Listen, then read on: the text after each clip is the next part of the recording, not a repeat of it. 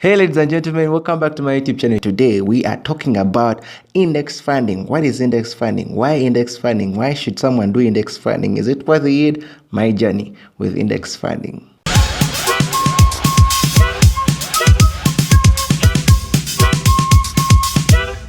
So hey friends, welcome back here. For the returning subscribers, I'm very much more humbled. Thank you for coming back. And just in case you are new, my name is Simon, and here we speak the African way of things that actually do matter.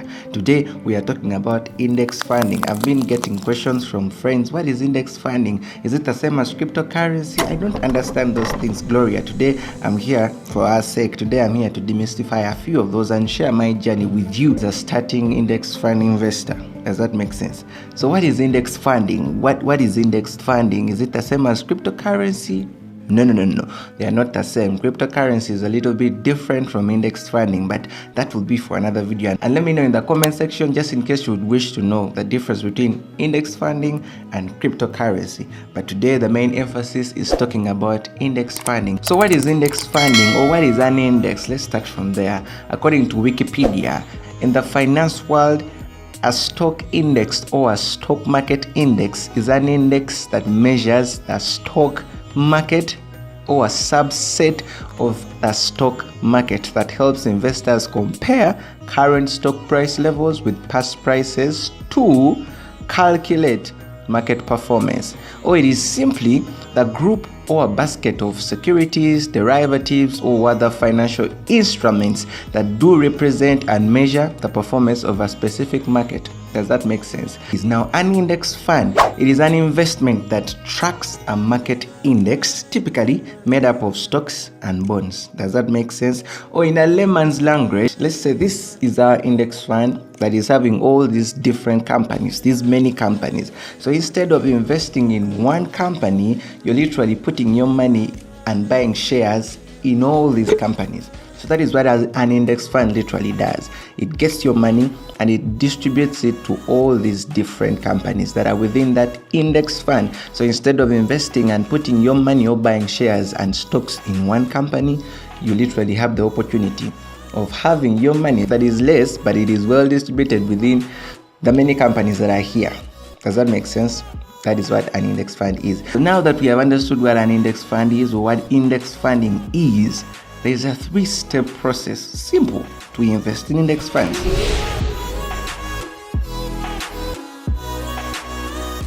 Number one, you simply need to pick the index that you want to track of. Now there are hundreds and hundreds and hundreds of different indexes that you can literally choose from. The most popular one is the S&P 500, and the S&P 500, it's a pool of 500 different top companies in the US stock market.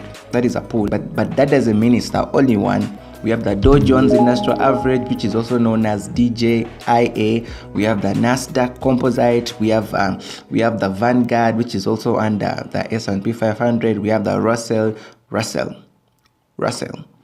2000, and many other. But even better, there are articles that you and I can actually delve into specifically. As this article suggested, it says that in addition to these broad indexes, you can find sector indexes that are tied to specific industries, country indexes that target specific stocks in a single nation, style indexes that emphasize fast-growing companies or value-priced stocks, and other indexes that limit their investment based on their own filtering systems. Now that we have chosen our index,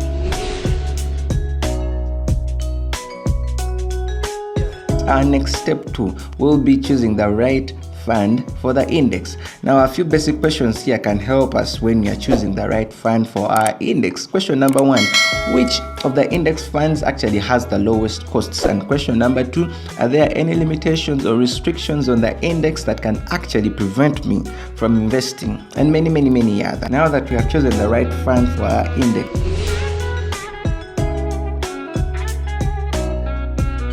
now we go to step number 3, which is the last one, buying the index fund shares. You get what I mean? Now, there are two ways to do it, two simple ways that you can do it. You can either open up an account directly with the mutual fund company that offers the fund, or you can simply open up a brokerage account with a broker that simply allows you to buy and sell shares of that index fund that you've invested in. Now, this is where Cheaper Cash comes into play. It's not a sponsored video, but Cheaper Cash, if you're literally hearing and watching this, or someone that knows Cheaper Cash headquarters, please, can we work together? Cheaper Cash has always been a send and receive money application, but now it has the investing section. Anybody can actually invest with as low as $1. Imagine, one.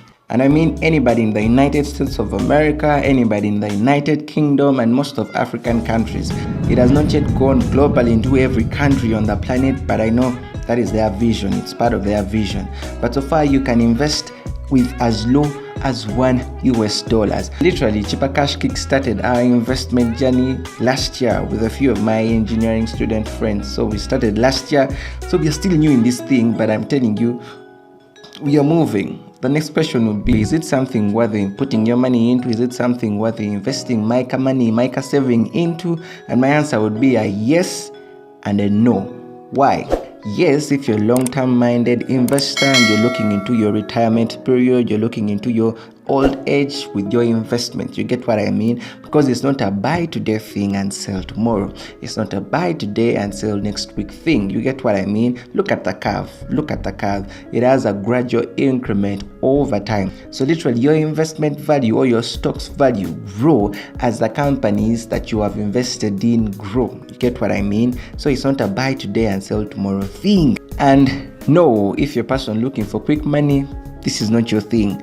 Index fundings, no. Index funding is not a thing that is going to bring you quick money because it's a long-term investment. In fact, me, what I do when I put my money there, when I gather up some money and I put it in there and I invest in it, I actually close the app. I don't even bother looking onto how a curve is going down or going up because it's a long-term thing. We have just started last year, close to the end of last year, so I still have time. I still have years to keep on checking. All I need to do is to gather up money, put it in there, and as my investment portfolio grows, so my investments, and that is what I'm up to. In fact, a friend of mine called me a couple of days ago and he was like, are you still putting your money in this stock thing? Are you still buying shares in companies? Are you still putting your money in your Dows and Jones? And I'm like, yes, I am putting my money there. Why? Because I'm a long-term investor.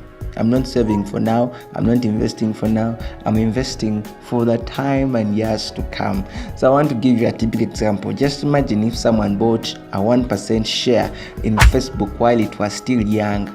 How much value would that 1% share be right now when Facebook is a multi-billion company? Just imagine in a few years. So just imagine having your money in a pool of companies, and those companies are growing. Because what the index fund does, usually when a company is not growing very well, it is actually pulled out of that index fund and they cover up that space with another company that is actually performing way back better. Like I said, in the S&P 500, there are 500 companies.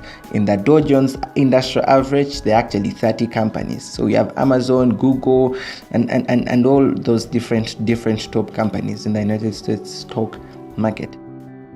So that is my journey. Is it something that I recommend you to do? Yes or no, depending on the reasons that I've given you above. Otherwise, I would say buy stocks or CDK. God bless you. My name is Simon Kine, speaking the African way. Today we have talked about index funding. Maybe next time we might talk about affiliate marketing. If you didn't watch a video where I talked about the 12 passive incomes that you can actually start this year 2022, I'll leave the video up here, and I think I'm going to start breaking all those 12 different passive incomes for you one by one. So those are literally 12 videos that are coming up for you and I to learn and educate ourselves when it comes to financial matters, when it comes to financial issues as young African people. So God bless you. Enjoy this 12 passive income video just in case you didn't watch it. So link it up here and I'll also put it on the end screen. So God bless you. My name is Simon Kine once again, and I'm speaking the African way.